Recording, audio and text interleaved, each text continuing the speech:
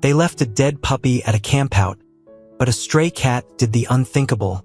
The ginger cat, a seasoned survivor named Rusty by some of the park rangers who occasionally left out scraps, stretched languidly, his orange fur catching the dappled sunlight filtering through the leaves. He was perched on a large, moss-covered rock, overlooking a clearing in the heart of the Monongahela National Forest in West Virginia. The air was crisp and carried the scent of pine and damp earth, a familiar comfort to the solitary feline. This part of the forest, bordering a small, quiet town named Havenwood, was his territory. He knew every hidden burrow, every bird's nest, every place where a careless picnicker might leave behind a dropped morsel. Yesterday, the clearing had been alive with the sounds of laughter and the aroma of grilling meat. A local church, Havenwood Community Chapel, had held its annual summer picnic. Rusty had watched from a distance, his amber eyes narrowed, calculating the potential for leftovers. He'd learned to be patient, to wait for the humans to leave before venturing closer. Now, all that remained were the telltale signs. Flattened grass, discarded paper plates and napkins fluttering in the breeze, and the tantalizing scent of cooked hot dogs and hamburgers clinging to the air.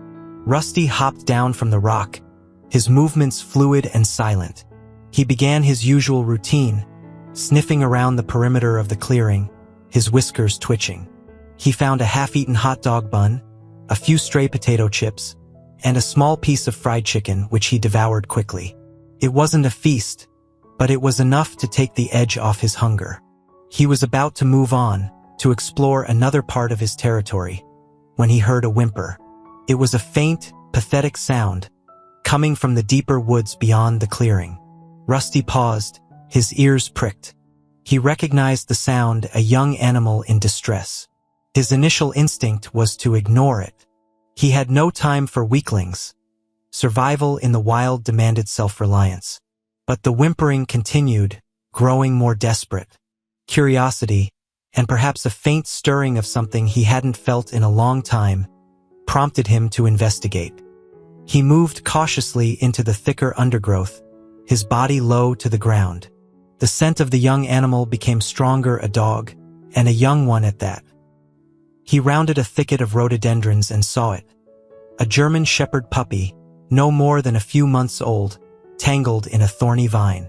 Its coat, meant to be a rich black and tan, was matted with mud and leaves. Its eyes were wide with fear and confusion. The puppy struggled weakly, its whimpers turning into yelps of pain as the thorns dug into its skin. It was clearly lost, separated from its owner, and utterly helpless. Rusty watched for a moment, his expression unreadable. He could easily walk away. The puppy was not his concern. It was just another casualty of the wilderness, a testament to the harsh realities of survival. But something held him back. Perhaps it was the puppy's utter vulnerability, the way it looked at him with a mixture of fear and pleading. Perhaps it was a flicker of memory, a ghost of his own kittenhood, long before he'd become the hardened survivor he was today. He couldn't explain it, but he couldn't simply leave. He approached the puppy cautiously, making a soft, chirping sound, a sound he hadn't used since he was a kitten. The puppy stopped struggling and looked at him, its tail giving a tentative wag. Rusty carefully nudged the vine, using his paw to gently pull it away from the puppy's leg. The puppy yelped again, but it seemed to understand that Rusty was trying to help. Once the puppy was free, it collapsed onto the ground, exhausted. It licked Rusty's paw tentatively, a gesture of gratitude. Rusty recoiled slightly, unused to such displays of affection. He looked around, scanning the woods. There was no sign of the puppy's owner, no scent of humans nearby. The puppy had clearly been lost for some time. The sun began to set, casting long shadows through the trees. The air grew colder. The puppy shivered, pressing itself against Rusty's side. Rusty, despite his usual preference for solitude, didn't move away. He felt the puppy's thin body trembling, heard its soft, whimpering breaths. He knew that the puppy wouldn't survive the night alone. He looked back towards the clearing, towards the faint lights of Havenwood in the distance. He knew the dangers of the human world: cars, unfriendly dogs, and people who didn't like stray cats. But he also knew that the puppy had no chance in the wilderness. A decision formed in his mind, a decision that surprised even him. He would lead the puppy towards the town, towards the possibility of help. It was a risk, but it was a risk he was unexpectedly willing to take. He started walking, slowly, towards the edge of the woods. The puppy, weak and limping, struggled to keep up. Rusty paused frequently, waiting for the puppy to catch its breath. The night was filled with the sounds of the forest, the hooting of owls, the rustling of leaves, the distant howl of a coyote. The puppy whimpered, pressing closer to Rusty's side. The cat, for the first time in a long time, felt a sense of responsibility, a burden he hadn't asked for, but one he couldn't ignore. The wilderness had thrown them together, a mismatched pair bound by a shared loss and a desperate need for survival. The morning sun, a pale disk through the high canopy, offered little warmth. Rusty awoke stiff and hungry. The puppy was curled up beside him, its head resting on Rusty's flank. It was still asleep, its breathing shallow and uneven. Rusty nudged it gently with his paw. The puppy stirred, blinked its eyes, and let out a weak whine. Rusty knew they had to keep moving. The longer they stayed in the woods, the weaker the puppy would become. He started walking, heading in the direction they had traveled the previous night. The puppy struggled to its feet, its legs shaky. It stumbled after Rusty, its pace slow and unsteady. The terrain was rough, a tangle of undergrowth, fallen logs and rocky outcrops. Rusty, agile and experienced, navigated it easily. The puppy, however, was clumsy and inexperienced, tripped frequently, falling and whimpering. Rusty would stop and wait, his patience wearing thin, but he couldn't bring himself to abandon the pup. Hunger gnawed at Rusty's stomach. He hadn't eaten a proper meal since the remnants of the picnic. He scanned the surroundings, his senses alert for any sign of prey. He spotted a mouse darting through the undergrowth and gave chase, his movements swift and silent. He caught it quickly, killing it with a swift bite. He ate most of the mouse, the small bones crunching between his teeth. He felt a pang of guilt as he looked at the puppy, who was watching him with wide, hungry eyes. He hesitated for a moment, then nudged the remaining portion of the mouse towards the puppy. It wasn't much, but it was something. The puppy devoured the offering, its tail wagging weakly. It licked Rusty's paw again, a gesture of gratitude that the cat found increasingly less irritating. He realized, with a flicker of surprise, that he was starting to care about the puppy's well-being. This was a dangerous development. Caring meant vulnerability, and vulnerability was a luxury a stray cat couldn't afford. They continued their journey, the puppy's condition visibly worsening. Its coat was dull and matted, its eyes sunken. It was becoming increasingly lethargic, barely able to walk. Rusty knew that if they didn't reach the town soon, the puppy wouldn't make it. Thirst was another pressing issue. They hadn't found any water since leaving the small stream near where Rusty had found the puppy tangled. Rusty's throat was parched, and the puppy's tongue lolled out, its breathing labored. He remembered a small creek that ran along the edge of the woods, closer to the town. He veered in that direction, hoping it wasn't dry. The journey to the creek was arduous. The puppy collapsed several times, its body trembling with exhaustion. Rusty had to nudge it repeatedly to get it moving again. He was starting to feel the strain himself, his energy reserves dwindling. Finally, they reached the creek. It was little more than a trickle, but it was enough. Rusty lapped at the water, feeling the cool liquid soothe his parched throat. The puppy drank greedily, its whole body shaking. The water revived them somewhat, but it wasn't enough to sustain them for long. They rested by the creek for a while, the puppy dozing fitfully. Rusty remained alert, his eyes scanning the surroundings. He knew they were getting closer to the town, which meant increased danger. As the afternoon wore on, they started moving again. The woods began to thin, giving way to open fields. Rusty could see the rooftops of houses in the distance. The scent of wood smoke and cooking food drifted on the breeze. The puppy, sensing the proximity of humans, started to whine and pull in the direction of the town. Rusty's caution increased. He knew the dangers that awaited them. Cars, dogs, and unfriendly people were all potential threats. He kept to the edge of the fields, using the tall grass for cover. The puppy, oblivious to the danger, stumbled along beside him. Suddenly, a car roared past on a nearby road, its engine a deafening roar. The puppy yelped in terror and cowered, pressing itself against Rusty's side. Rusty hissed, his fur bristling. He realized how vulnerable they were, exposed in the open field. He nudged the puppy forward, urging it to move faster. They had to reach the cover of the houses before another car came along. They were almost there, just a few hundred yards from the first houses on the outskirts of Havenwood. The puppy was limping badly, its energy almost completely depleted. Rusty saw a small, overgrown garden behind one of the houses. It looked like a relatively safe place to rest and assess the situation. He guided the puppy towards it, pushing through a gap in the hedge.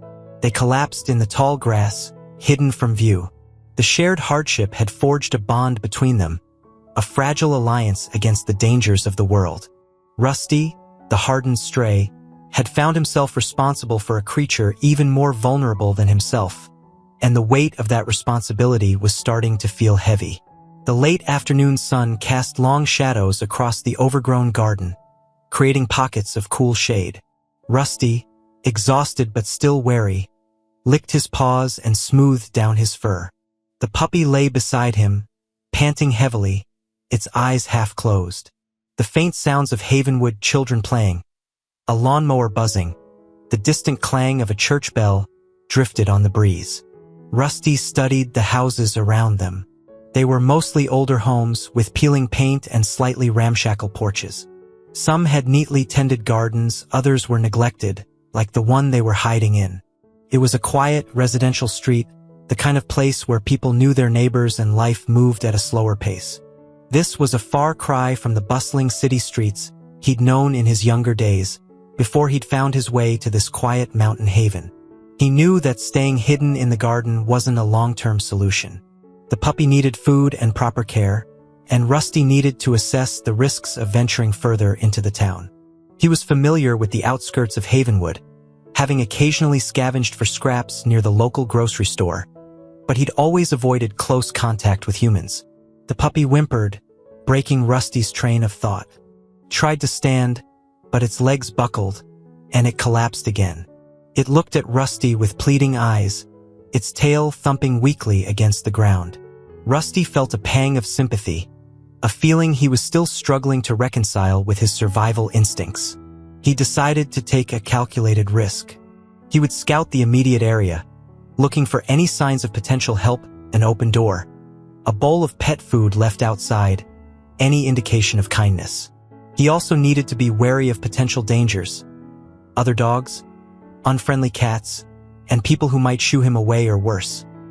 He nudged the puppy gently, indicating that it should stay put. The puppy whined again, but it seemed to understand. Rusty slipped through the gap in the hedge and onto the sidewalk. He moved cautiously, keeping low to the ground, his senses on high alert.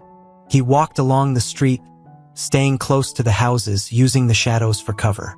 He noticed a house with a brightly colored flower garden in front. An elderly woman was kneeling among the flowers, her back to him. She was wearing a faded floral dress and a straw hat, and she was humming softly to herself. She seemed harmless enough. Rusty continued his reconnaissance. He saw a house with a dog bowl on the porch, but a large, barking dog chained in the yard deterred him. He saw another house with a cat flap in the door, but the scent of a territorial tomcat warned him away. He was about to return to the puppy when he heard the sound of children's laughter. He looked across the street and saw a group of children playing in a park. They were throwing a ball, their faces bright with excitement. A pang of something longing, perhaps, went through Rusty. He had never known the carefree joy of play, his life having always been a struggle for survival. He shook off the feeling and focused on his mission. He returned to the overgrown garden, his assessment complete. The elderly woman with the flowers seemed like the best option. She appeared gentle and kind, and her house was relatively quiet and safe. He nudged the puppy again, this time urging it to follow him. The puppy struggled to its feet, its legs trembling. It limped after Rusty, its movements slow and painful. They crept through the gap in the hedge and onto the sidewalk. Rusty led the puppy towards the house with the flower garden. The elderly woman was still there, tending to her roses. The puppy, driven by instinct and desperation, started to whine louder. It stumbled towards the woman, its tail wagging weakly. The woman turned, startled by the sound. She saw the puppy, its emaciated body and pleading eyes. Her expression softened immediately. She put down her gardening tools and knelt down, speaking in a soothing voice. "Well, hello there, little one," she said. "Where did you come from? You look lost and hungry." The puppy collapsed at her feet, whimpering. Rusty watched from the shadows of the hedge, his amber eyes fixed on the woman.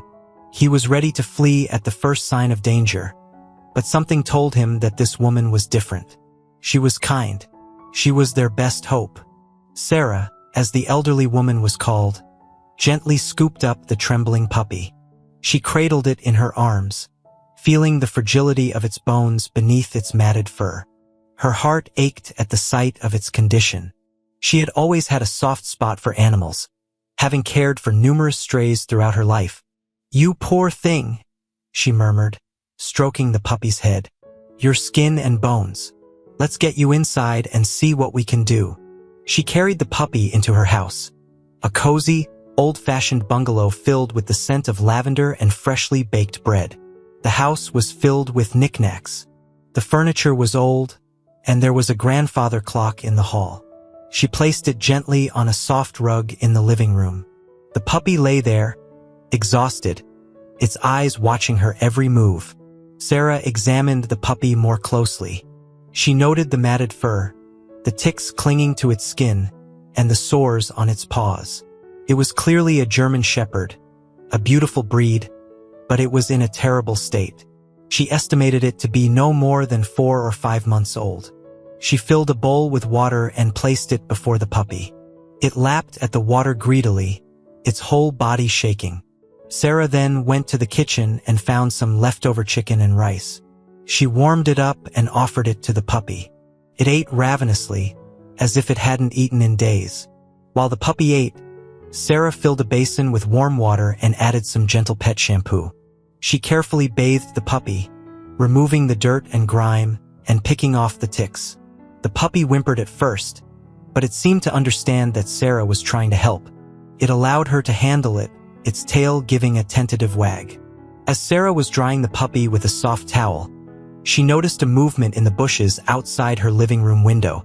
She saw a flash of orange fur, a pair of amber eyes watching her intently. It was a cat, a rather scruffy-looking ginger tom. Sarah recognized the cat. She'd seen it lurking around her yard occasionally, but it had always been wary and skittish. She suspected it was a stray, one of the many that roamed the outskirts of Havenwood. She realized that the cat and the puppy must have been together. The cat had likely led the puppy to her house, seeking help. A wave of admiration for the cat washed over her. It was a remarkable act of compassion, a testament to the unexpected bonds that could form between creatures in need. Sarah went to the kitchen and filled a small bowl with milk. She opened the back door and placed the bowl on the porch, a gesture of goodwill to the watchful cat. She then returned to the living room, where the puppy was now curled up on the rug, fast asleep. She sat in her armchair watching the puppy sleep. She felt a deep sense of contentment. She had lived alone since her husband, George, had passed away 5 years ago. The house had felt empty without him, without the sound of his laughter and the warmth of his presence. Caring for this lost puppy, and perhaps the stray cat, filled a void she hadn't realized was so profound. She knew she couldn't keep the puppy. She was getting older, and her health wasn't what it used to be. A young, energetic German Shepherd needed a proper home, a family who could give it the attention and care it deserved. But for now, she would provide it with a safe haven, a place to heal and recover.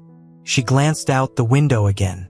The ginger cat was still there, sitting on the edge of the porch, cautiously lapping at the milk.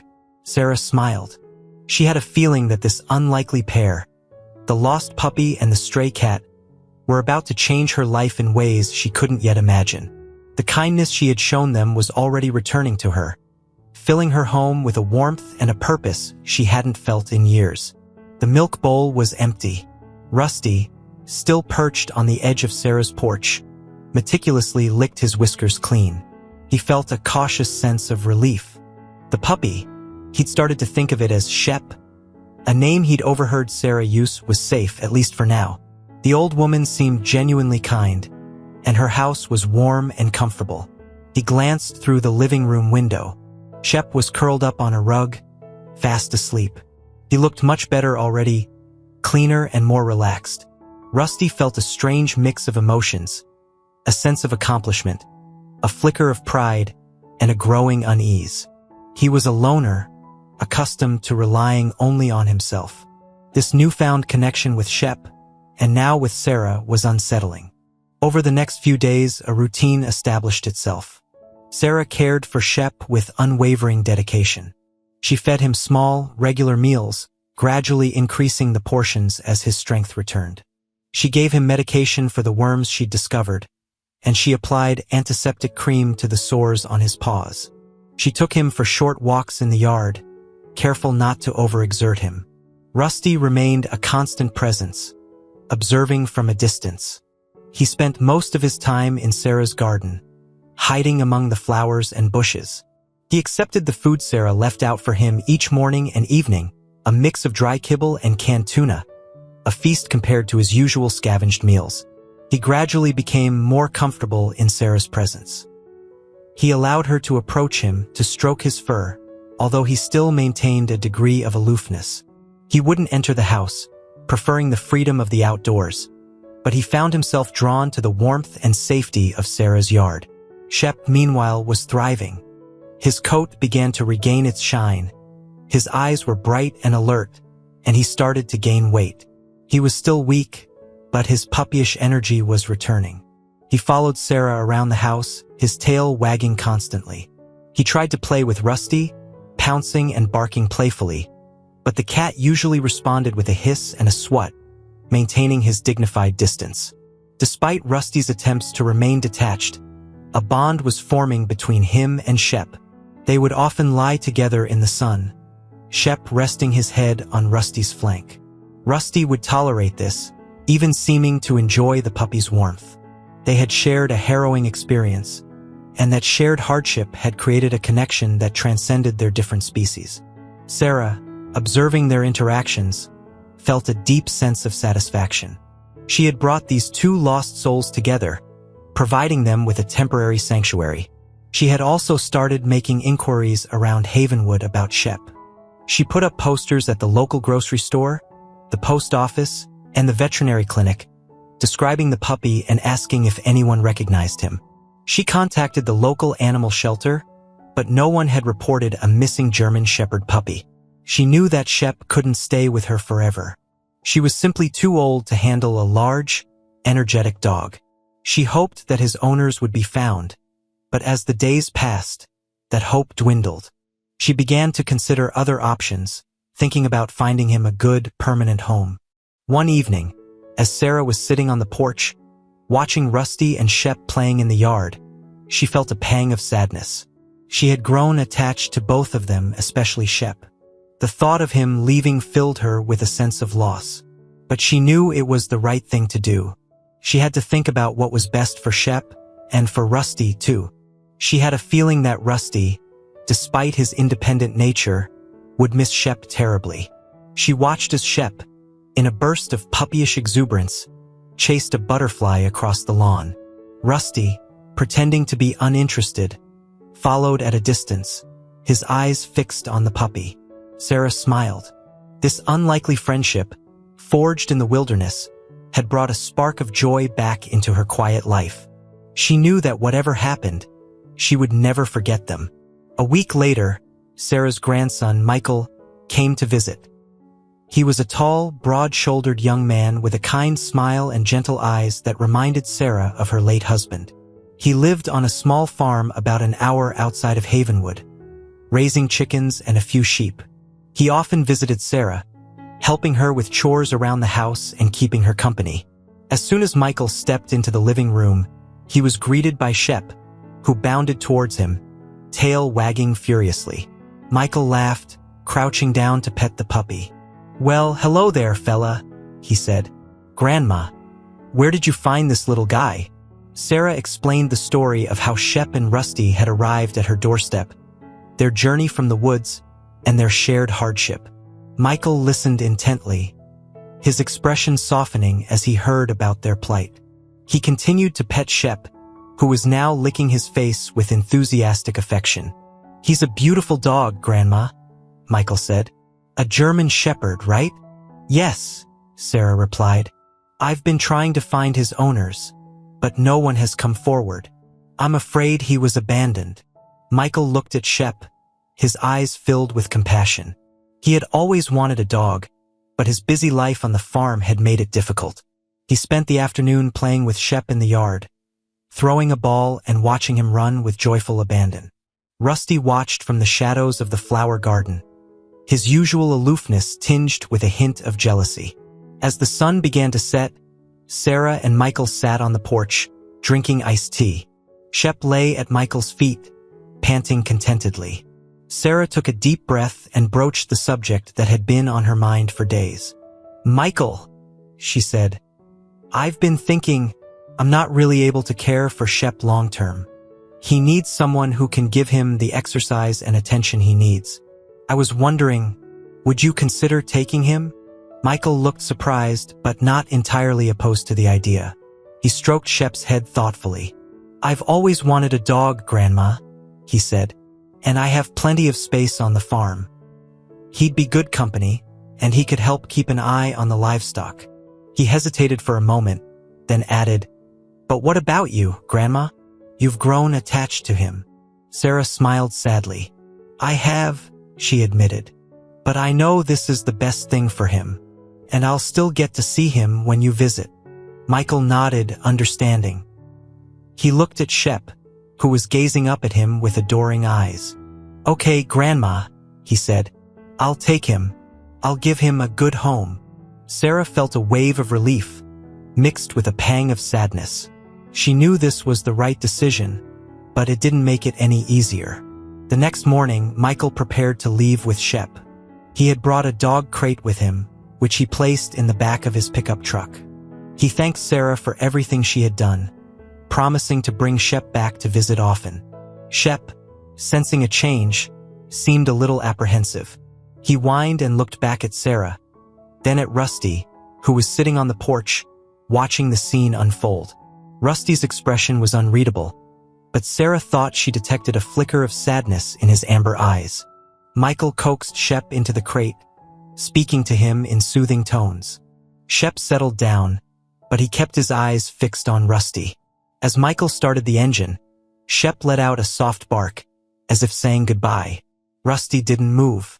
He watched as the truck pulled away from the curb, Shep looking out the back window.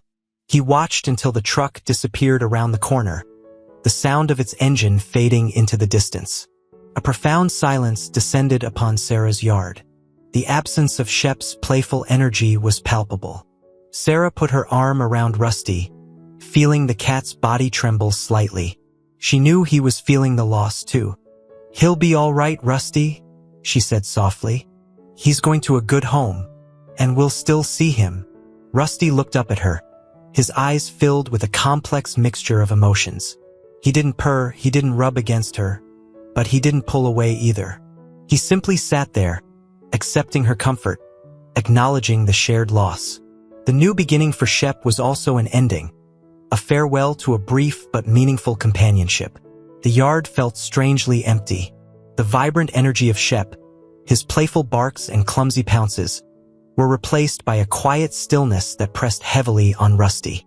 He wandered through the familiar flower beds, sniffing at the spots where Shep had loved to roll and dig. The scents were fading, but the memories lingered, sharp and poignant. He went to the porch, expecting to find the usual bowl of food Sarah left out for him. It was there, filled with his favorite tuna, but he had little appetite. He ate a few bites, then sat down, staring out at the empty street. He missed the warmth of Shep's body pressed against his side, the playful nips, even the clumsy attempts to engage him in games. He missed the shared purpose, the unspoken understanding they had forged during their journey through the wilderness. He had never allowed himself to become attached to another creature, always prioritizing his independence and self-reliance. But Shep had broken through his defenses, leaving a void that ached with a surprising intensity. Sarah came out onto the porch, carrying a cup of tea. She sat down beside Rusty, stroking his fur gently. She understood his sadness. She, too, felt the absence of Shep keenly. The house felt quieter, emptier, despite the fact that it had been her and her late husband, just the two of them living together, for decades before. "He'll be happy, Rusty," she said, her voice soft. "Michael will take good care of him. He has a big farm, plenty of space to run and play." Rusty looked up at her, his amber eyes questioning. He didn't understand words, but he understood the tone of her voice, the reassurance she was trying to offer. He leaned into her touch, a rare display of affection. He stayed on the porch for a while, accepting Sarah's comfort. But the restlessness soon returned. He was a creature of habit, of routine. He needed to return to his familiar territory, to the life he had known before Shep had entered it. He licked Sarah's hand, a gesture of gratitude and farewell. Then he jumped off the porch and slipped into the shadows of the bushes. He didn't look back. He made his way back to the park on the edge of Havenwood, the place where he had first encountered Shep, lost and terrified. The clearing was quiet, empty of the picnickers who had been there weeks before. The scent of cooked meat and human activity had long faded, replaced by the familiar smells of pine and damp earth. He patrolled his territory, marking his boundaries, reasserting his dominance. He hunted, catching a mouse and a small bird. He ate, satisfying his physical hunger, but the emptiness inside remained. He found himself drawn to the edge of the woods, to the spot where he and Shep had first emerged, blinking in the sunlight, facing the daunting prospect of the town. He sat there for a long time, looking towards Havenwood, towards Sarah's house. He knew he could return to Sarah's. She would welcome him, feed him, provide him with shelter. But something held him back. He was a stray, a survivor. He had learned to be independent, to rely on no one. He couldn't go back to being dependent, even on someone as kind as Sarah. He had been changed by his experience with Shep. He had learned about compassion, about connection, about the bittersweet pain of loss. He was no longer the same cat who had scavenged for scraps in the park, indifferent to the suffering of others. He had tasted the warmth of companionship, and that taste lingered, a bittersweet reminder of what he had lost. As the sun began to set, casting long shadows through the trees, Rusty turned away from the town. He walked back into the woods, into the familiar solitude of his old life. He was alone again, but he was not the same. He carried the memory of Shep, of Sarah, of the kindness he had encountered. It was a memory that would stay with him, a subtle ache, a reminder of the unexpected connections that could be forged in the most unlikely of circumstances.